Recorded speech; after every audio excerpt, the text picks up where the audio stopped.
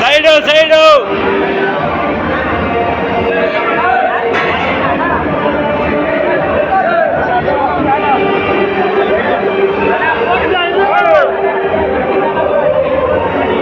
ಈ ಕಡೆ ರಂಗಾಜ ಇವ್ರಿಗೆ ಹಾಕೊಳಕ್ಕೆ ಅರುಕ್ ತಕೋ ಅರುಕ್ಕೆ ಪ್ಲೀಸ್ ಕೇಳ್ಬೇಡ್ರಿ ಮಂಜು ನೋಡಲ್ಲಿ ಕೈ ತೆಗೀರಿ ಕೈ ಅರುಕ್ ತಕೋ ಅರುಕ್ಕೆ ಪ್ಲೀಸ್ ಕೇಳ್ಬೇಡ್ರಿ ಮಂಜು ನೋಡಲ್ಲಿ ಕೈ ತೆಗೀರಿ ಕೈ ನೋಡ್ರಿ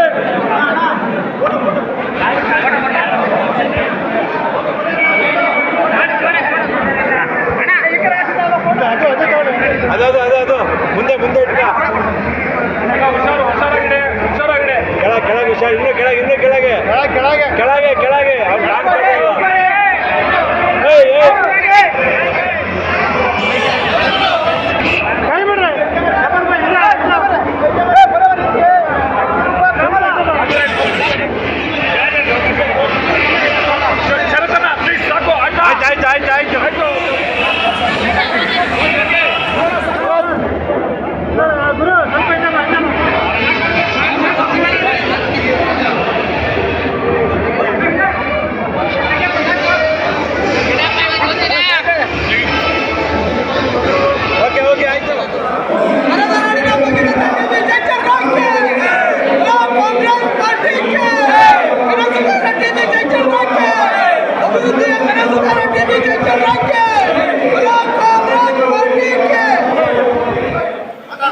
ಇಂದು ನಮ್ಮ ಶಿರಾ ತಾಲೂಕಿನ ಜನಪ್ರಿಯ ಶಾಸಕರು ದೆಹಲಿ ವಿತೇಕ ಪ್ರತಿನಿಧಿಗಳು ಹಾಗೂ ಬರದನಾಡಿನ ಭಗೀರಥರು ಆದಂತಹ ಶ್ರೀಯುತ ಟಿ.ವಿ. ಜಯಚಂದ್ರ ಸಾಹೇಬರಿಗೆ ಇಂದು ಅವರ 75ನೇ ಹುಟ್ಟುಹಬ್ಬದ ಆಚರಿಸುತ್ತಿದ್ದಾರೆ.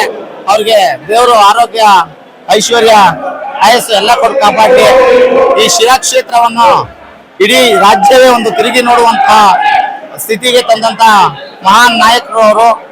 ಅವ್ರ ಬಗ್ಗೆ ಎಷ್ಟು ಪದಗಳೆಲ್ಲ ಹೇಳ್ಬೇಕು ಅಂದ್ರೆ ಅವರ ಅಭಿವೃದ್ಧಿಗೆ ಹಾಗೂ ಅವರ 5 ದಶಕಗಳ ಒಂದು ರಾಜಕೀಯ ಸೇವೆಗೆ ಮೊನ್ನೆ ಡಾಕ್ಟರೇಟ್ ಪದವಿ ಸಹ ಸಿಕ್ಕಿದೆ.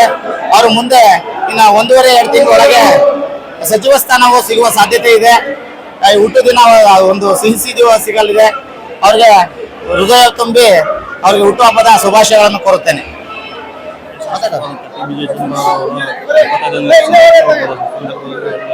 ಸಂತೋಷದಿಂದ ಆಚರಣೆ ಮಾಡಿದ್ದೀವಿ.